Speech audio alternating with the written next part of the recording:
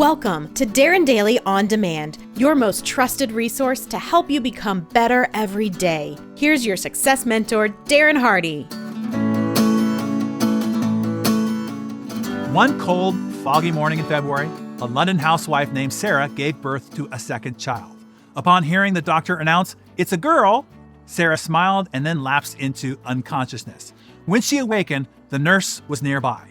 "Was the baby healthy?" Sarah asked. The answer was yes. "How much did the baby weigh?" Sarah wanted to know. The answer was 8.5 pounds. "And was she beautiful?"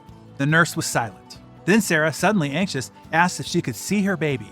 The nurse said yes, of course she could, but she said, "Sarah, you better take some nourishment first." So Sarah got some broth, and then the nurse brought in her little girl. As the tiny bundle was placed in her arms, Sarah gasped, because inside the cashmere shawl was, well, the funniest looking little baby Sarah had ever seen. The infant had black hair, but some of it was in the wrong places. For example, her ears were covered with thick black fuzz, and the baby's ears were squashed into the sides of her head, and her nose was tipped out of kilter, and her tiny face was so tightly closed that it seemed it would never unfold. And somehow, as only mothers can, Sarah blamed herself. Her mother had told her, if you want a beautiful baby, keep your mind full of beautiful thoughts. Sarah had done that during her first pregnancy, and that first child, a little boy named Howard, wow. Now 3, he was almost too beautiful for words. His hair was thick, a mass of golden ringlets, his eyes were long-lashed and heavenly blue, and his face was the face of a Botticelli angel. But this newly arrived little girl, oh my. Perhaps Sarah pondered that she had been lazy and not been thinking enough beautiful thoughts this time around. In any case, all she could do now was to protect her newborn from ridicule as best she could and pray that her long black hair would grow only where it was supposed to.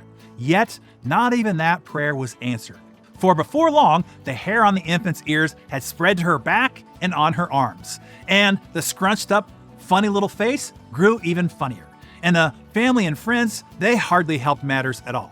Over and over, Sarah would wince when she heard, "Poor little girl, it's too bad that she isn't the boy and Howard the girl." And it was as though the baby knew. For more than 10 days after her birth, she kept her eyes tightly closed. And for a year thereafter, she refused to make a single sound. But Mother Sarah grew determined that regardless of the baby's appearance, she would never want for love. And indeed, in Sarah's eyes, the child actually grew to be beautiful. And in the eyes of the world as well. You know the song, "You Must Have Been a Beautiful Baby"? Well, that ain't necessarily so. For it was not until later that the peculiar body hair from this little baby vanished, and the pearly teeth appeared, and the intense violet eyes became prominent, and the human mosaic fell all into place to produce one of the 20th century's most breathtaking women. Her mother thought you ought to know, particularly if your own baby doesn't look quite like the ones in the television ads, because her baby, Sarah Southern Taylor's baby, one day it would be known the world over as the beautiful Elizabeth Taylor.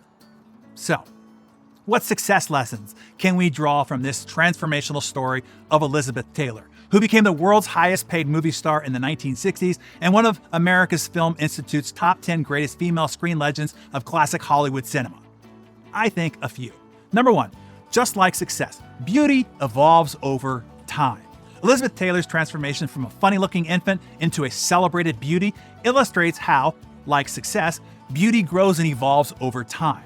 This applies to your initial projects, products, ideas, and ventures. While they might initially be funny, be ridiculed, and laughed at, while they might not seem promising at the start, with unwavering commitment and nurturing, they may develop into something extraordinary, something celebrated. Number 2, the power of belief. Sarah's belief in her daughter's inherent worth, despite others' criticisms, opinions, or ridicule. This underscores the power of having someone believe in you and reminds us that, leaders, how important it is that we repeatedly remind and reinstill that belief in those we lead. And one way to do that right now is to send them this Darren Daily. Maybe include a note with it that says, "I believe in you." And number 3, transformation is possible for everyone. Elizabeth Taylor's story is a testament to the fact that transformation and success are possible for everyone, regardless of their starting point in life. So, Regardless of where you are starting at right now, because you're here, I believe in you. We will continue to evolve and grow you better every day. And with commitment, discipline, and this ongoing nurturing, you can transform yourself to be as successful as you want. It starts with you believing in you. Hey, Darren here again quickly. I am so thrilled that you are enjoying the production of Darren Daily On Demand.